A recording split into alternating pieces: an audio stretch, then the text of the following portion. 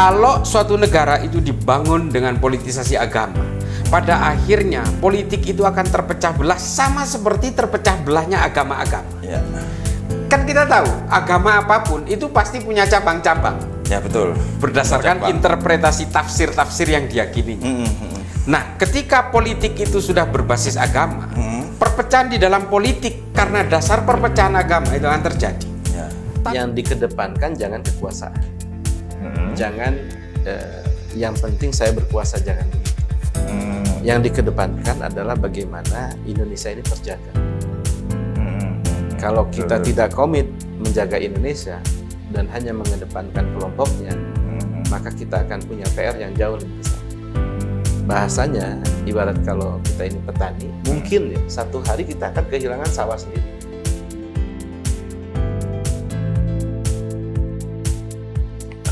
Oleh karenanya, para ulama mengajarkan kepada kita, kalau kita ingin hidup itu menjadi orang yang rasa benci, permusuhan pada orang itu hilang, maka salah satunya termasuk Syekh Samsuddin At-Tabrizi mengajarkan bagaimana sudut pandang kita itu harus luas.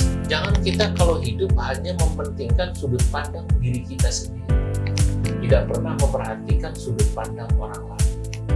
Kalau cara kita saja, sudut pandang kita, ya nanti kita akan selalu merasa kita yang benar, orang lain salah. Agama sudah sangat jelas mengatakan bahwa saudara kita itu adalah haram kehormatannya. Darahnya haram, kehormatannya haram. Artinya maksud dari hadis ini adalah kita harus menjaga nyawanya, harus menjaga kehormatannya.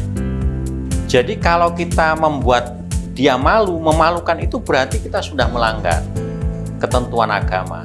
Dan betul Mas Farid sampaikan, ini melanggar dari tujuan maqasid syariah yang menurut Imam Ghazali dan para ulama, yaitu pada 5 aspek utama: hifdzun din, menjaga agama; hifdzun nasl, menjaga keturunan; hifdzul mal, menjaga harta; hifdzul akal, menjaga akal; dan hifdzun nasl.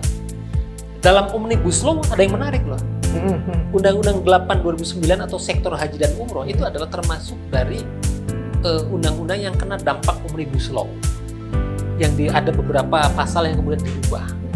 Minimal ada 2. Yang pertama adalah terkait dengan kemudahan izin. Kemudahan izin usaha itu kan yang selalu digembor-gemborkan. Betul. Nah, Presiden Jokowi. saya bilang waktu itu, kalau sudah izin punya pariwisata, dinas pariwisata, maka semestinya sudah langsung bisa diproses sebagai izin umroh. Kan gitu, Pak? Iya. Artinya orang mau berusaha itu, mau bisnis itu jangan dipersulit. Kan kalau bisnisnya lancar kan ada apa namanya pemasukan ke negara, baik itu pajak maupun PNBP, penerimaan negara bukan pajak, begitu ya. Surat An-Nisa 3 ini tidak mewajibkan atau menganjurkan poligami. Ya, bahwasanya poligami dibolehkan itu iya.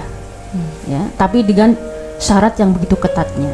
Artinya poligami di sini menjadi emergency exit, ya, pintu darurat yang seyogyanya hanya dibuka pada saat benar-benar dibutuhkan.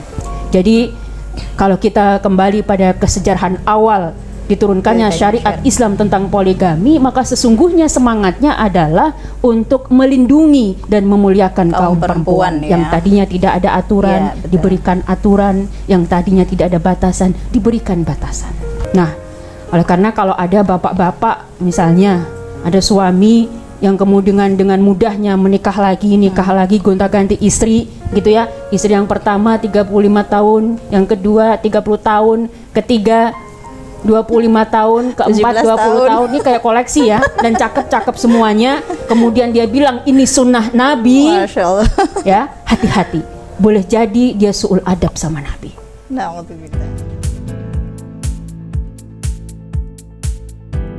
Yang buat Bapak jatuh cinta tuh apa sih Pak Batik? Ya, ini penting. Saya punya tagline, menjumpai Tuhan lewat batik.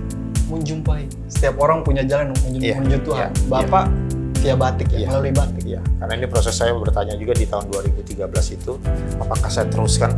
Karena terus terang, babak belur juga.